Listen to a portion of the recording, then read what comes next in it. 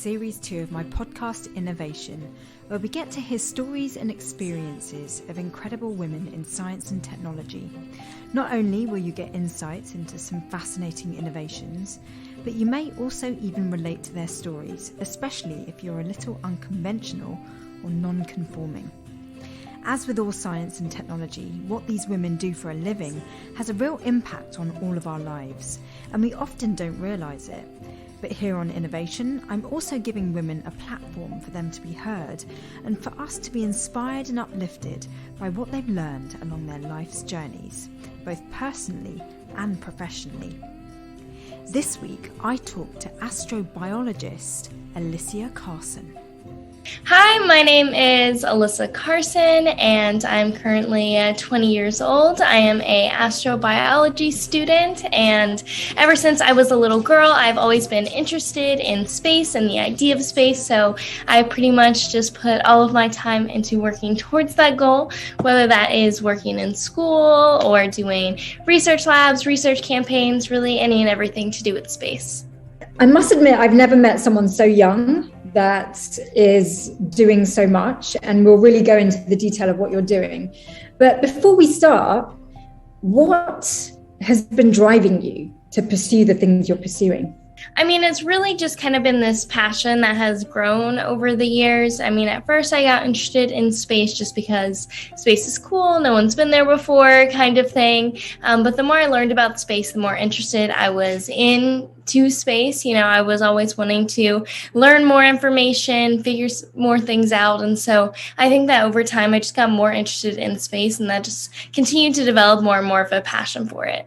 So what is it about space that interests you? Because it's such a vast, I mean, not just sort of geographically vast, but like in terms of research, there's just so much that we need to learn. Yeah, there's pretty much any and everything that you can do in space. It is quite amazing how many different things you can actually study or research, and it's pretty much endless. But that has been, kind of the exciting part throughout my journey. I've been able to figure out what I like and what I dislike, or, what areas of research I might want to go into. And throughout all of this, I decided on a major, astrobiology, which is pretty broad, so I had to continue to kind of narrow it down from there. But I've definitely now kind of settled more on the biology side of things, meaning, possibly studying like bacteria in space, possible life somewhere, those kinds of things. So as a little girl, was space always of interest? Or was there one defining moment that made you think, right, this is for me? There wasn't necessarily a defining moment. I pretty much, from all I can remember, I was interested in space. My dad does remember me kind of coming up and saying, oh, has anyone ever been to space before? Asking a lot of questions about space. So we assumed that was around my first, introduction to space. But from then on out, it was space everything. Wanted to go to space camp, wanted to talk about space, wanted books on space. From there pretty much continued to grow and really figuring out what I would want to do in space one day. So what's your ultimate goal? Well, I definitely feel like I do have a few ultimate goals. Obviously, professionally, I would want to work in the space industry, probably some sort of scientist, some sort of astrobiology role. I also do plan to apply to the astronaut selection process and, see where that goes and potentially becoming an astronaut. And then also public speaking has become a big part of my life as well. I absolutely love being able to talk to and inspire other girls to go after their own dreams. And so that's definitely become another big part of my life. And so I think that professionally, I will continue to take that into my life in terms of speaking to other girls. What is it about going to space that really excites you? Yeah, I think that space is super exciting. I think that, typically, we get drawn a lot to like the risk of going to space, where, space has become much more safe than it has been over the past few years. And I think one of the big goals of space is really to continue to normalize it in a way that, airplanes are, flying on an airplane or going to space can be relatively the same thing. And so I think that's kind of like a big goal that a lot is working up towards. So, I think that it's one thing to do a lot of space research on the ground, which is okay. I think a lot of people, for example, like with astrophysics, you get really excited by the idea of astrophysics and space and planets. But for the most part, astrophysics is just looking at programs on a computer because, you can't be studying Jupiter on Jupiter. So a lot of these things that sound big and exciting really are put down to like computer screens. And so I think it would be really amazing for a lot of these jobs to actually have that sense of exploration that they're actually working towards. What science are you doing or research right now that's contributing to sort of like the body of knowledge in astrobiology? Yes. So at the moment, I'm a little all over the place. So first of all, I am in school studying astrobiology, which astrobiology is basically just like science in space. So I study all the biology, all the physics, all the chemistry, all of everything pretty much. I am also an intern with Jacobs doing international space relations. So that is like a completely different sector. I'm also in a research lab and we are focusing on plant promoting bacteria and basically doing a little experiment with that at the moment. A lot of that is very ground based, but a lot of bacteria does connect to space in a lot of different ways. So hopefully later on in the project, we're going to be connecting it to space. And then also all the research experience that I do through Project Possum. So through Project Possum is where I've done, like spacesuit evaluations. So research in different spacesuits. It's a lot of bioastronautics. We study a lot of like the body, how it's affected in a lot of different environments. So for example, the most recent thing that I did was being underwater in a dry suit simulating a spacewalk. So that was really exciting. So we do all kinds of simulations. And so, I'm all over the place. Any and everything, different paths to space. I have a little bit of a foot in just because I love learning about all the different outlets of space. It's so amazing that for someone so young, you're almost like helping to pioneer the research that needs to be done in space. It is a little bit of both. I mean, I definitely, once I first got interested in space, I wanted to be involved in space. I wanted to start going after anything or pursuing anything. And so that definitely led me to being involved relatively young. But I think that's definitely a great lesson for other young girls. If you are interested in something, you don't have to wait till college to pursue it. Typically young girls, when they are interested in STEM, they'll typically lose that interest by the time they get to college. So if you have an interest, just go for it. Even if you're young, you definitely don't have to wait till you're in school to actually start figuring out if you like it or pursuing it. Start going to, robotics competitions or, working on a science project or really looking out for any and all resources because surprisingly, as I figured out when I was younger, you really can get involved in a lot of different stuff relatively young. And I've been able to see other girls past me continue to kind of do the same thing and be super involved. So definitely go after your goals as soon as you're ready and as soon as you kind of figure something out. And if it turns out that you don't like that, then that's totally fine. Figure something else out, figure what's the next thing and then just try to start pursuing that. So I think it's awesome to see girls going after their goals even at a young age. Space travel is really changing and space exploration is really changing. Like initially, it was very much about, nations competing against each other in this kind of space race. But recently, it feels like, although it hasn't been recent because it's about over a span of several years, space and the exploration of space has really changed to become a lot more commercialized. And because of that, I think people are becoming more inventive about what is out there and what we need to learn.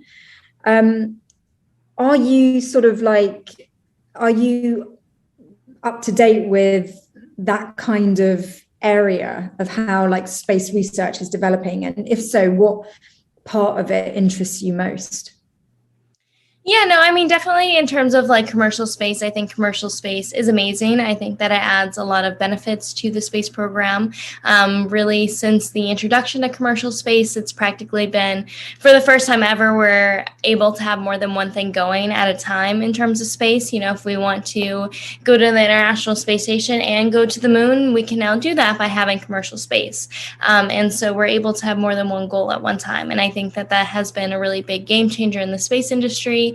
Obviously, you know, there's other countries working on ideas like space tourism, and that's an entirely other sector as well. But it definitely does have benefits to go along with it. I mean, it could be scientists being able to go to suborbital space and, you know, present their research. It could be everyday people getting more comfortable with space. A lot of the times we have like the idea of space tourism for the overview effect, meaning that people could actually see what the Earth looks like from space and really see how fragile it is and have pretty much a greater appreciation for the planet. So there's definitely a lot of benefits in the commercialized side of space. So a lot of space research to this point in time has really helped us here on Earth. What is the benefit of going to space, in your opinion? Because, you know, it's an expensive pursuit. You know, what do we gain from leaving Earth and going elsewhere?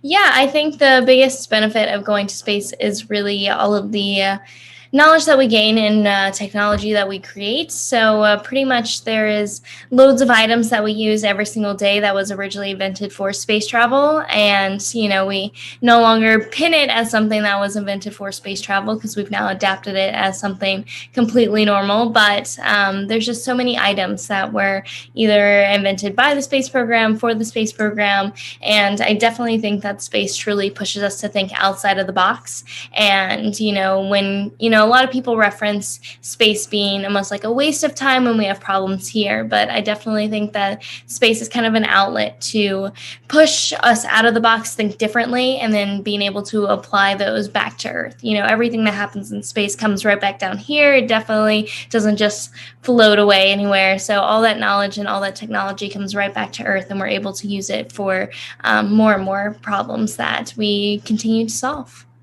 What would be examples of that? So like some examples, for example, like with the mission to Mars, like kind of a big idea of going to Mars is one, just kind of like terraforming Mars, trying to figure out more about the planet. So, for example, an assumption would be that like we're going to Mars to like run away from Earth's problems, but there definitely is a connection. So like, for example, if we want to eventually terraform Mars to be like a second Earth, the biggest, most obvious, you know, issue would be Mars's atmosphere. It's mostly CO2, so we would have to have some sort of solution to clean up Mars's atmosphere.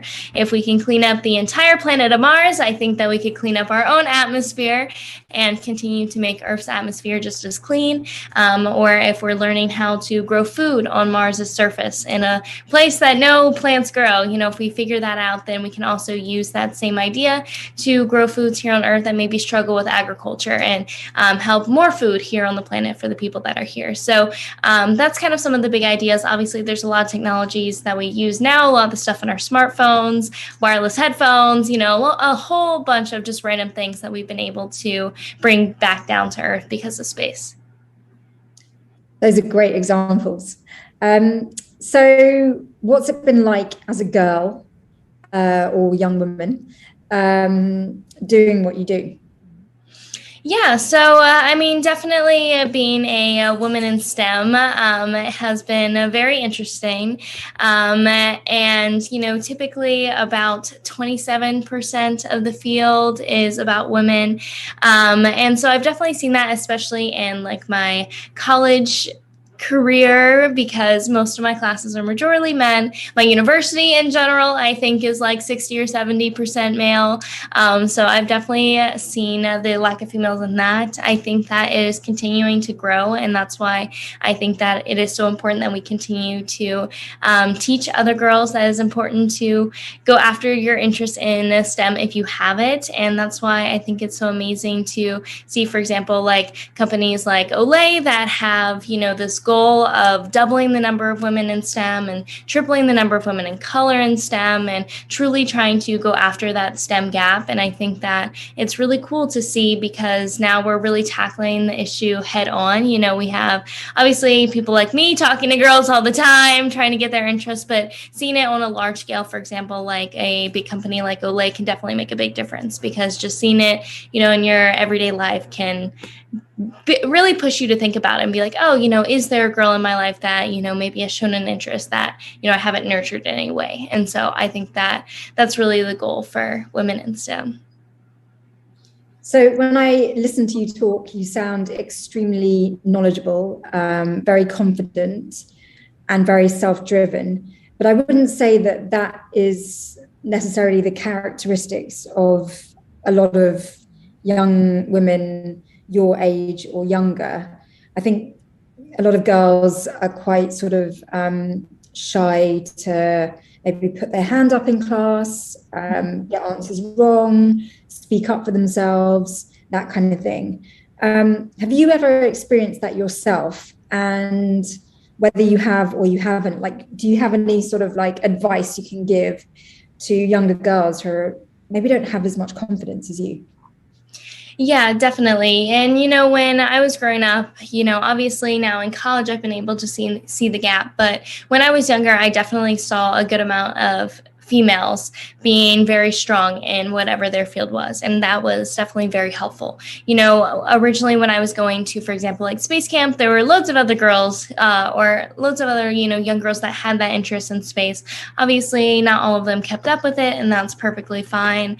But, I saw other girls having interests. And then when I started at 15 doing research, I saw other women, grown adults working in the space industry. And so I was able to kind of have some of those female role models. And so I think that's what has continued to lead me to want to speak so much to the next generation, because it really does make a difference. And so being able to be a role model for another girl really is going to make a big difference. And so that's why I try to participate in as much of that to share my knowledge and my experiences to other young girls, because hopefully they can learn from that. And that's why it's super exciting. For example, one of the things that Olay is doing is partnering with Million Women Mentors. So they're going to be having a virtual panel for high school students. And so little things like that, I'm always on board for pretty much, just because I absolutely love talking to girls. And I think that one of the biggest things that I'm really able to share is really teaching girls the amount of opportunity that they have. When you think of space, you're going to think scientist, astronaut, engineer. And it's okay, what else is there? There's thousands and thousands of jobs within the space industry. You can like psychology and like space and combine them all in one and work in the space industry. You can like food and space, you can combine your interests, and there's loads of jobs out there, but we don't typically talk to, the young generation about those. They get told a lot of the same jobs, like, doctor, teacher, lawyer, which are all great, but they're definitely repetitive. And so I love being able to share with girls the other jobs that they have. And it's really cool. Their faces light up. They're like, oh my God, that's a thing. And I think that's really where the impact happens. What do you think causes women to not choose STEM? I think that a lot of the time there is an interest for girls in STEM. And I think just over time that interest almost gets put down in a way, or they're not really nurtured. So I don't necessarily think that the issue is a whole lot of people always telling women that they can't do it, just in a way that young girls aren't being nurtured to pursue it. So I think, a good example I like to talk about is, let's say a little girl breaks her bike. As a parent, how are you going to go about that situation? Are you going to fix it for her, show her how to fix it? Are you going to show her brother how to fix it, but not her? A very simple situation like that could make a big impact. She could have no interest in it whatsoever. And that is obviously perfectly fine. And she doesn't like figuring things out or like how a bike works. And that's perfectly normal. But also at the same time, it could have been something that she really loved. She could have really been drawn to an interest in how things work or mechanics or, engineering or any of those routes. And so I think it's a lot of those little moments throughout the day, which can be seen at home or in school or a lot of different places in our society. But, I think it's a lot of those little moments that build up and really just giving them the opportunity to figure out, okay, is this something I'm interested in or not? So how did you nurture your interest? I think that for me, I think that first of all, having a great support system in general, I think that my dad was really supportive when I was younger. And so I think that helped a lot. My dad's viewpoint was really, he did a lot of exciting things in his time. And so he was kind of in a point of his life where he was ready to support what I wanted to do.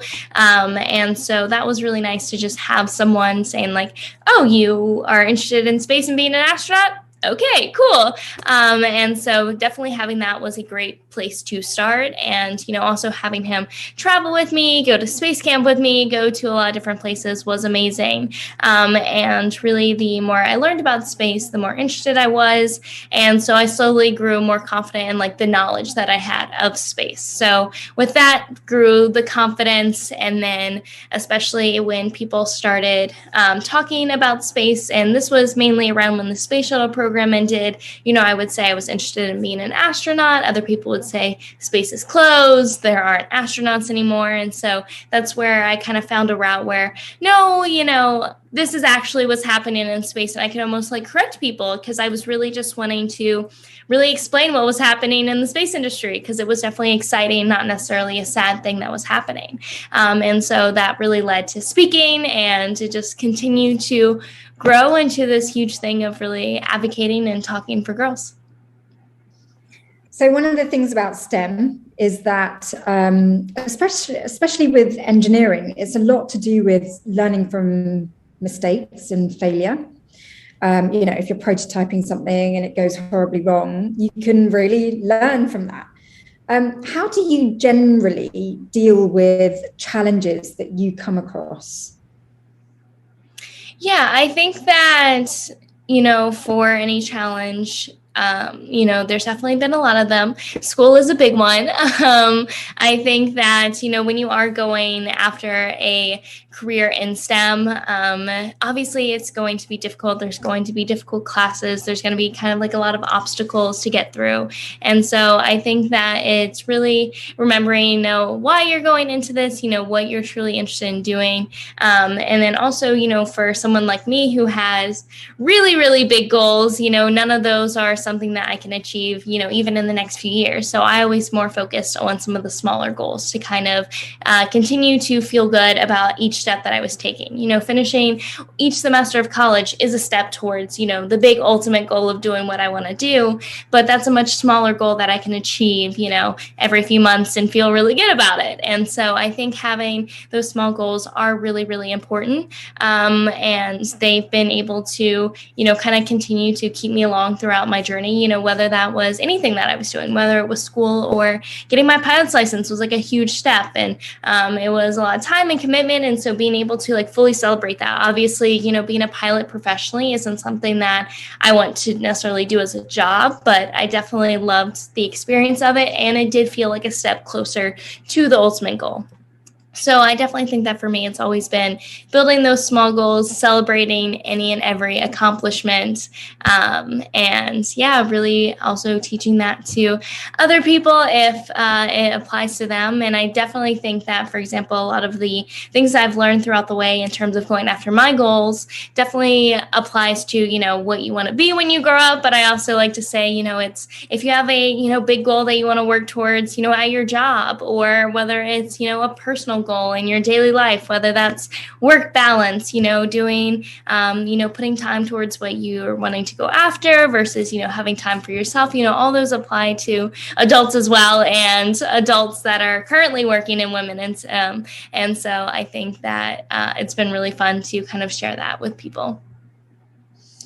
Well, I must say your courage is inspiring, your real focus and clearly your hard work in what you're doing is inspiring. And, even though you do make it look kind of easy to be juggling a million things at the same time, I've no doubt that it's because you have a lot of determination and commitment to what you're doing. And again, all of that is just so inspiring.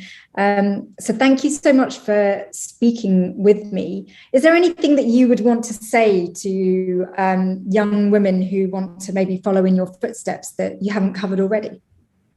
Yeah, I think in general, just encouraging all the girls to stick with whatever it is you're interested in. Obviously we're focusing on STEM, but if you're not interested in STEM, totally go after whatever your own dreams are, because that's really what's important. If you find something that you're interested in, you're going to be passionate about it. You're going to want to work towards it.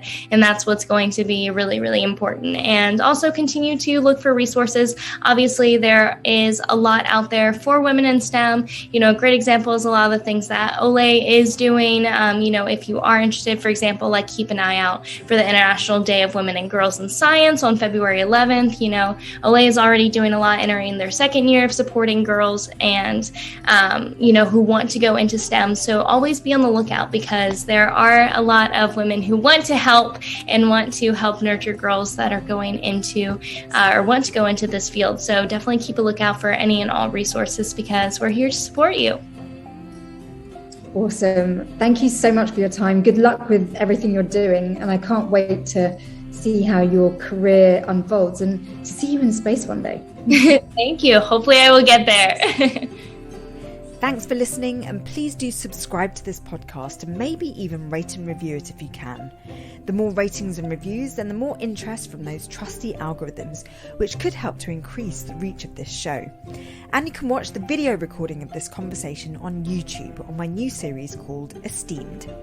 It's all about self-discovery, self-evolution, and inclusivity on innovation. Let's all strive to be in the best versions of ourselves and celebrate others being themselves too. As always, be kind and loving, and I wish you all a great week.